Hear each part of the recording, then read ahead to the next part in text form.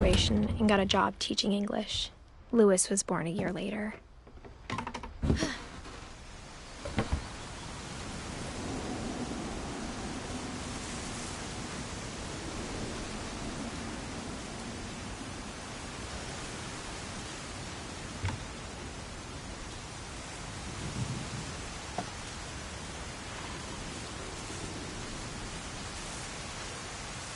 When my dad died, I don't think Mom knew where else to go.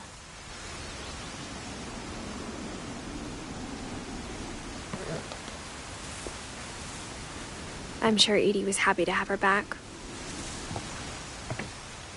And to see kids in the house again.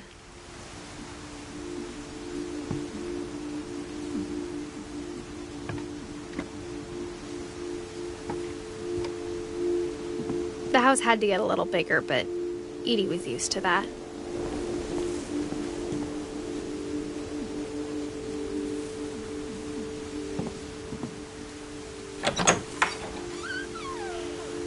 And for a while, things were good. Almost normal.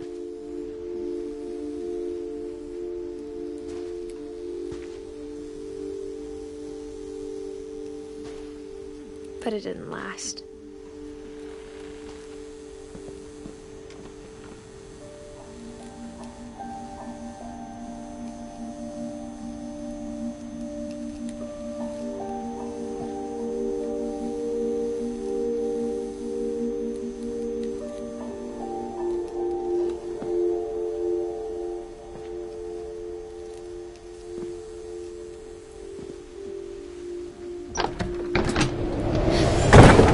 The beginning of the end was Milton's 10th birthday, when Edie gave him a castle.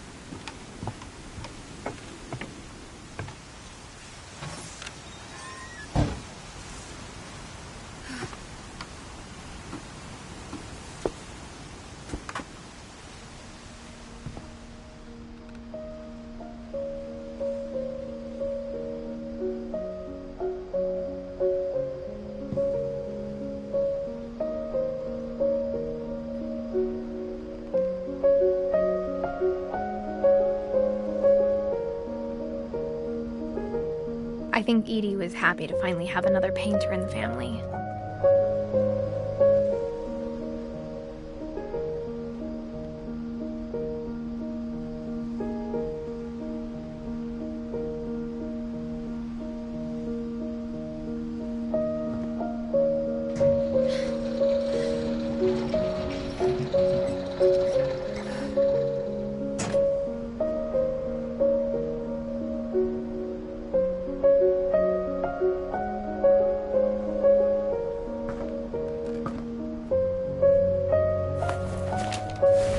Milton Finch in The Magic Paintbrush.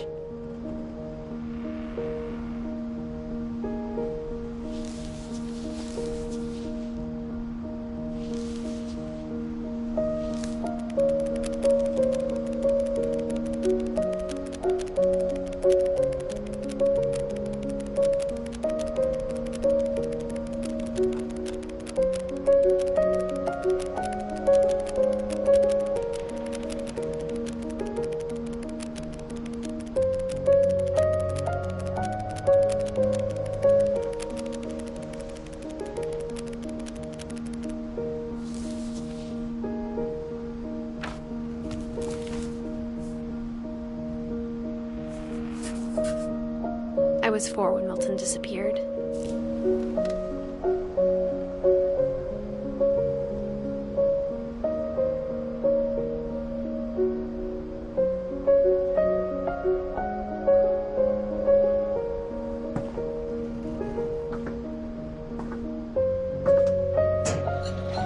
Mom spent months searching for my brother. Then she sealed the doors.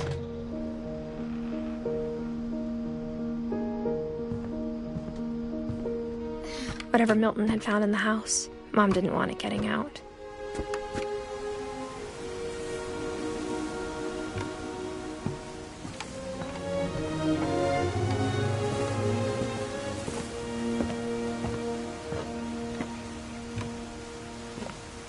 Mom definitely blamed Edie, but I think Louis blamed himself.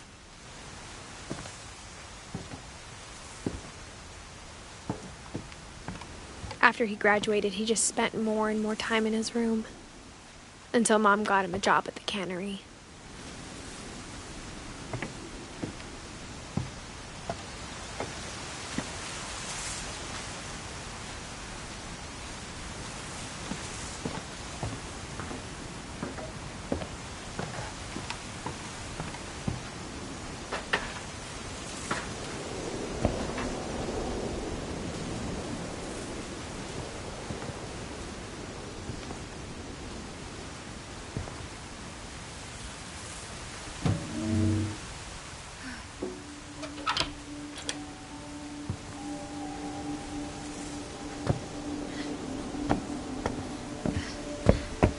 Louis's room smelled very, very familiar. That part of him lived on.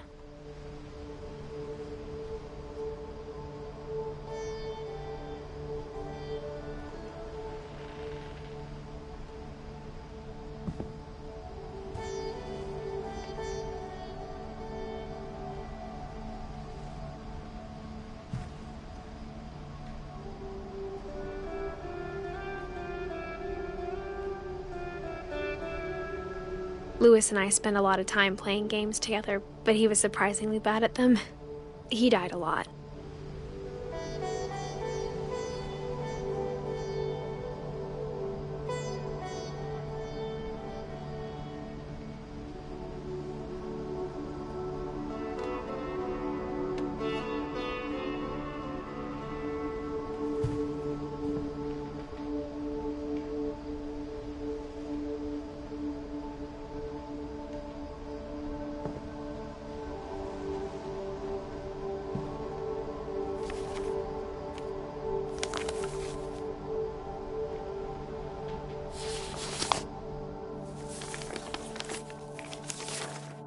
Dear Mrs. Finch, as Louis's psychiatrist, I can understand your desire for an explanation. As I see it, the trouble began in January, shortly after we convinced your son to seek treatment for substance abuse. Newly sober, I believe Louis first noticed the monotony of his daily life.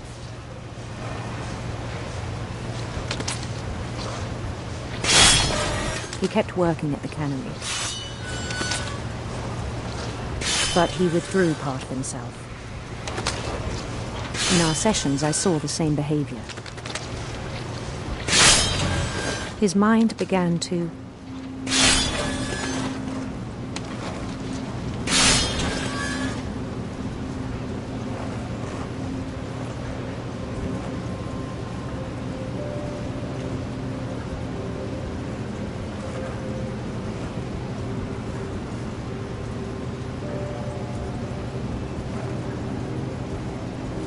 wander.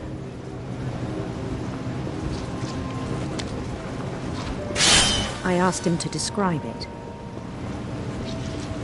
He said he started small, imagining a labyrinth. He'd feel his way about. Then something moved. Bats and toads.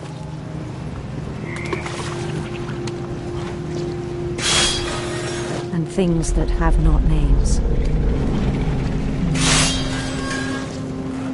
He knew it was all in his head. But he took it very seriously. I had hoped he'd find himself.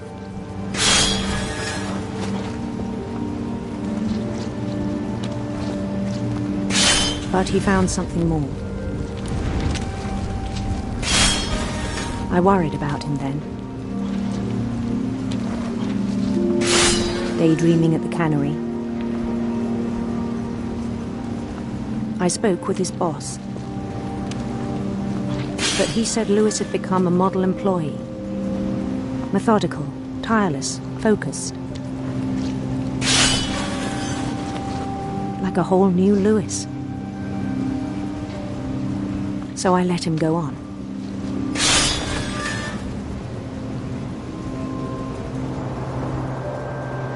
I even encouraged him.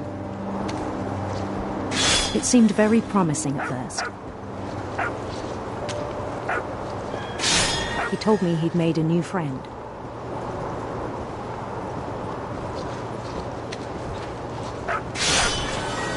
On the edge of a city he named Lewis-topia. He built the city up slowly, brick by brick. Then he made musicians.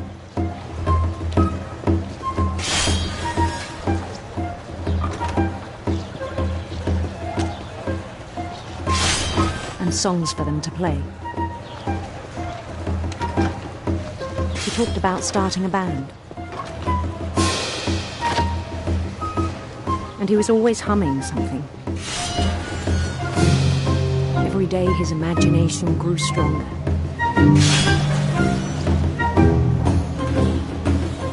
He no longer spoke at the cannery. But his chopping was as reliable as ever. Then one day it struck him that all the cheering crowds, even the stones under his feet, were all in his imagination, so he could do whatever he wished.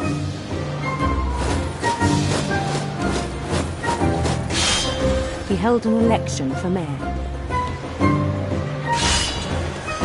and he won. They begged him to stay, but his mind was already wandering. It became a game for him.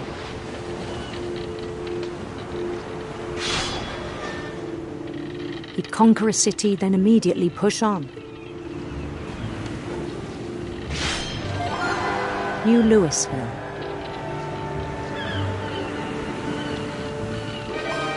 St. Louis.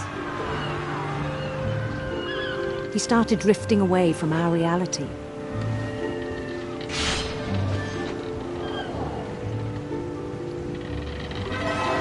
Minneapolis. Until one day he forgot to go home from the cannery. Even as his mother pleaded with him, part of Lewis kept sailing on.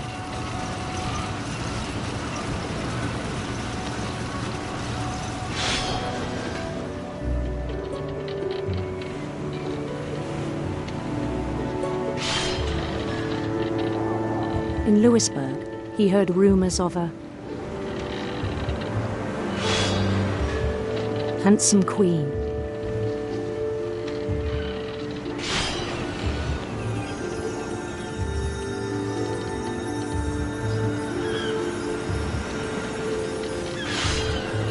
The queen was on her own quest for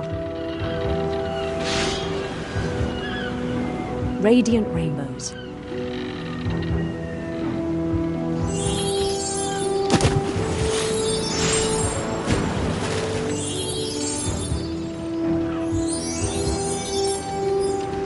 He followed the sound of her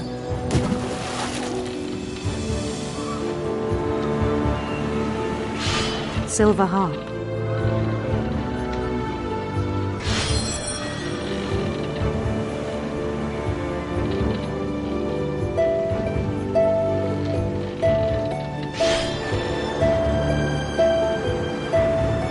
His chase led him to a golden palace east of the sun and west of the moon.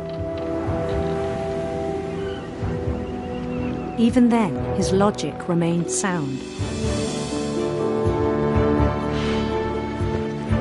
He knew the world was all in his imagination.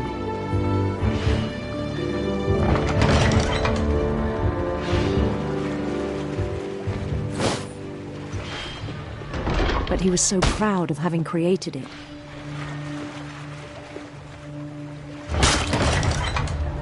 In his own eyes, he'd become something greater than a king.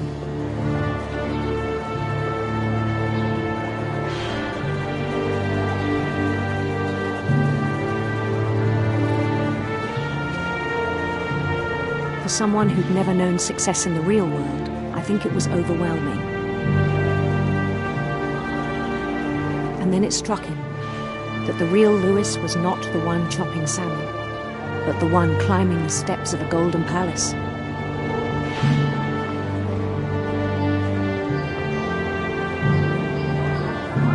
My imagination is as real as my body, he told me. It was hard to argue with him.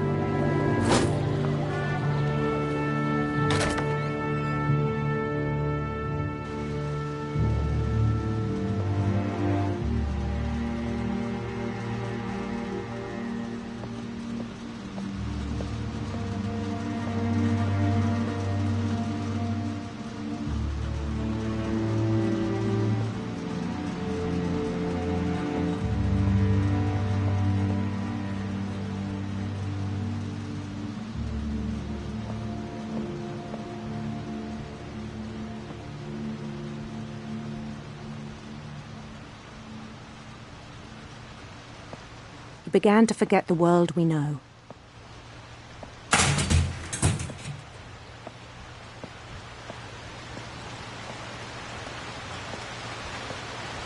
I think it pained him to remember Lewis, the cannery worker.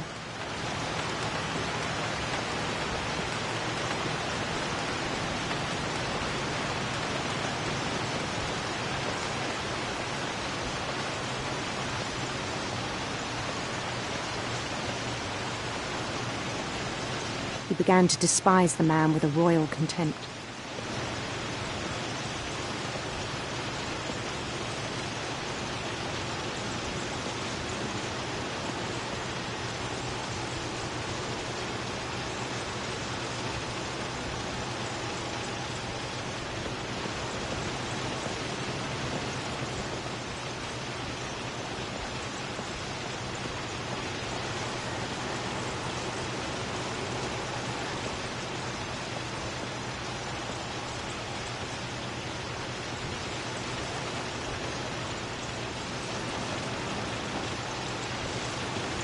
I still thought I could save him. Even after he said he was being crowned king over all the lands of wonder.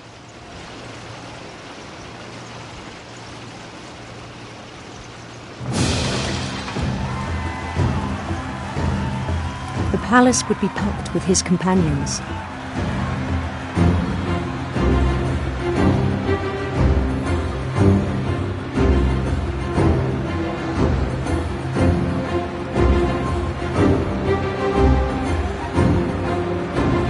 Including the wise Calico who'd insisted on advising him.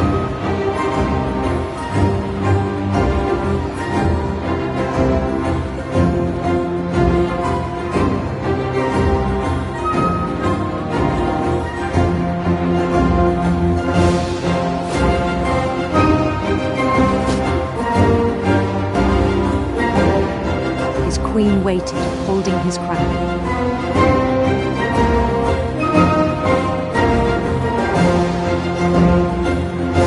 There was only one thing left to do.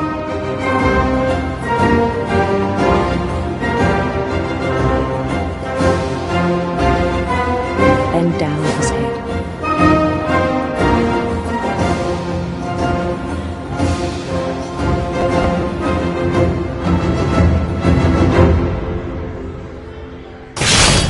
And the rest I think you know. Mrs. Finch, your son was a kind man who will be missed by all of us who knew him.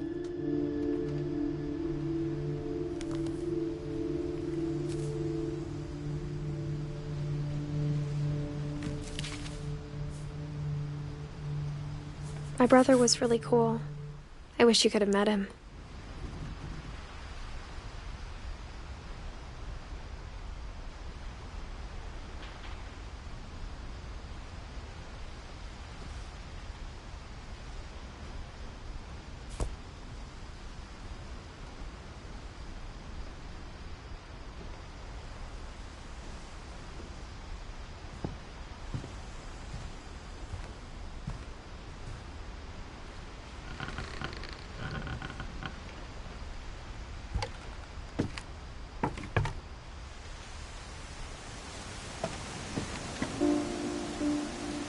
On the way back from Lewis's funeral, my mom told me to start packing.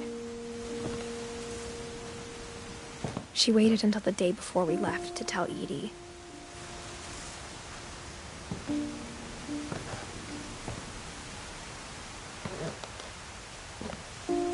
I'm not sure if she wanted to make it easier or harder.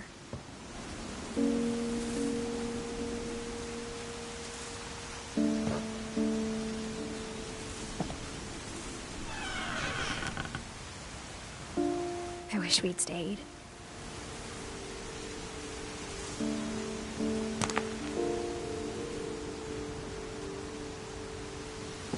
But I understand why we left.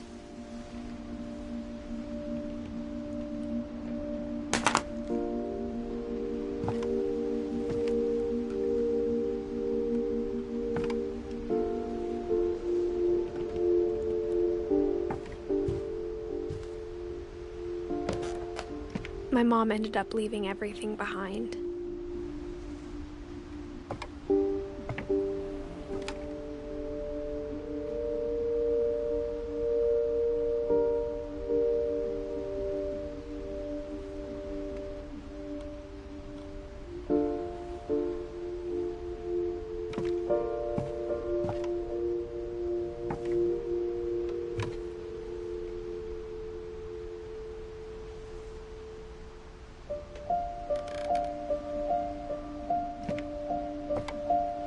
What happened that night had been coming for a long time. Maybe it should have come sooner.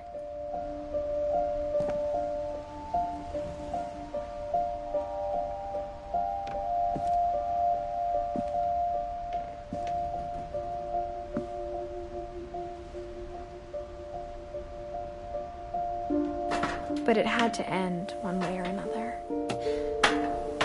All that's left now is to tell you about that last night.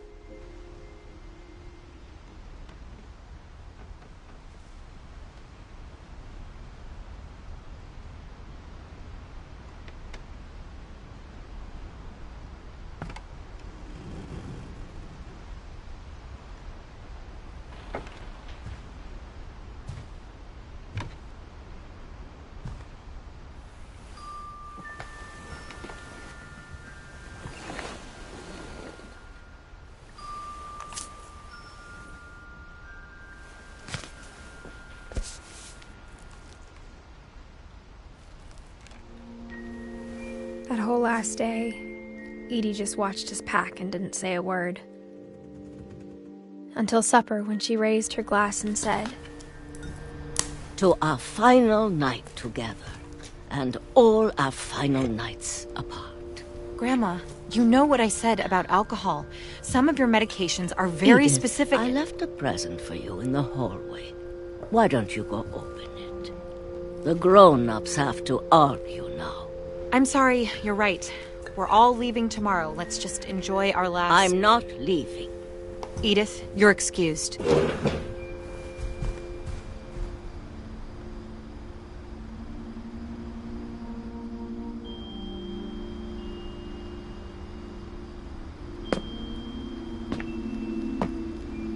The power had been shut off that morning, but Edie always had plenty of candles.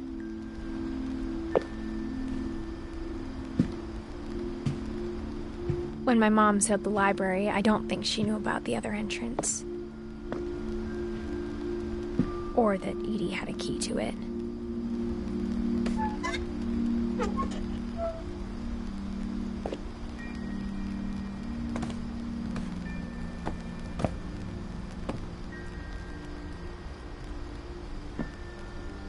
That thing you're afraid of isn't going to end when you leave the house.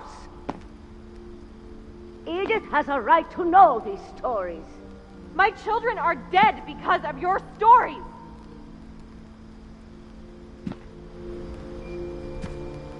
I think it's best if Edith and I leave tonight.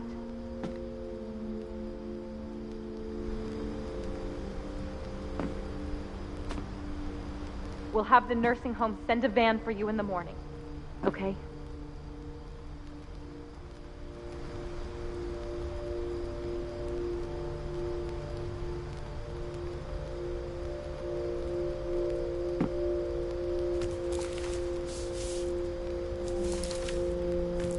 dear Edith, there's so many stories I wish I could tell you, but there's only time for one. This is about what happened on the night you were born. That night, the tide went way, way out. It was the first and last time I ever saw the old house aground. There'd been an earthquake out in the middle of the ocean. They called it the lowest tide in 1,000 years. God, it smelled awful. You know, I've seen that house every day of my life.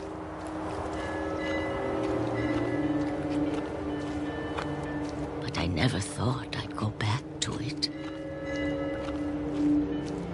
When the fog rolled in, I lost my way.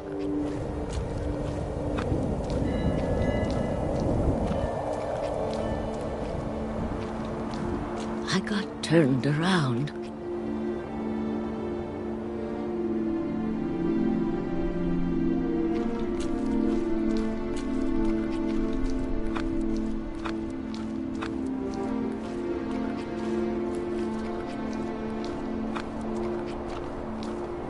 For a while, I wondered. I started seeing things.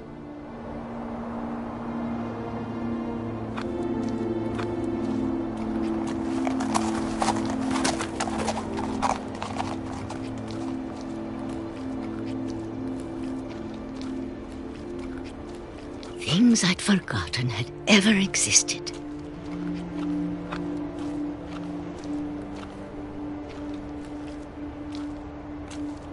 But when I saw them, they felt like old friends. That night, a lot of things came back to me.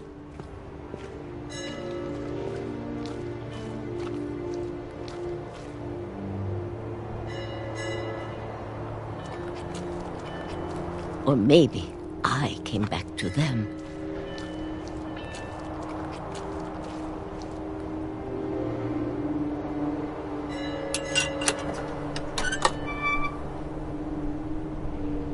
Things I can't explain, but that I need you to try and... Edith, what are you doing in here? It's mine. Edith! Mom, you're gonna rip it! Let go! I kicked and screamed, but Mom dragged me to the car. I never saw Great-Grandma Edie again. The next morning, the van came to pick her up, but she was already gone. After that, we moved around a lot.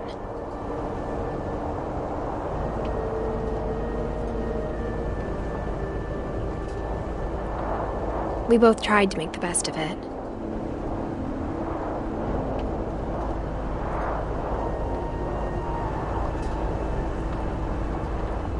A few years went by.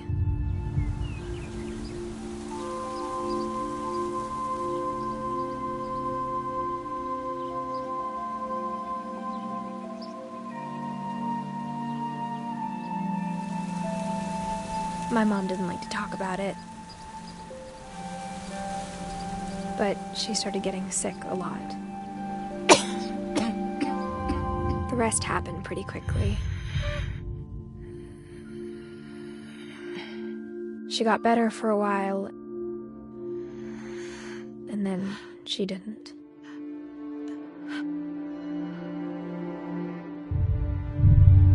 And then I was alone. The last Finch left alive.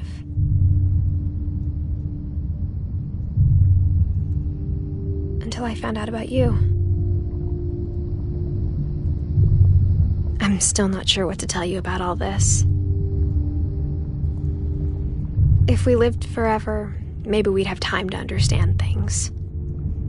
But as it is, I think the best we can do is try to open our eyes. and appreciate how strange and brief all of this is.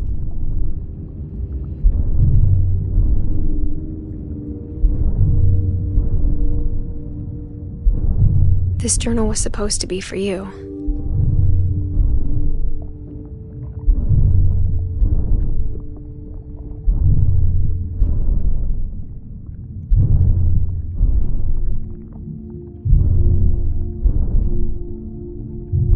But now I hope you'll never see it.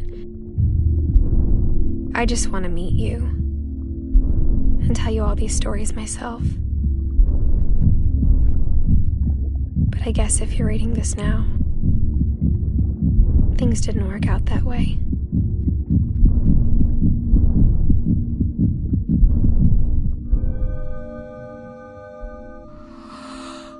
This is where your story begins. I'm sorry I won't be there to see it. It's a lot to ask, but I don't want you to be sad that I'm gone. I want you to be amazed that any of us ever had a chance to be here at all. Good luck.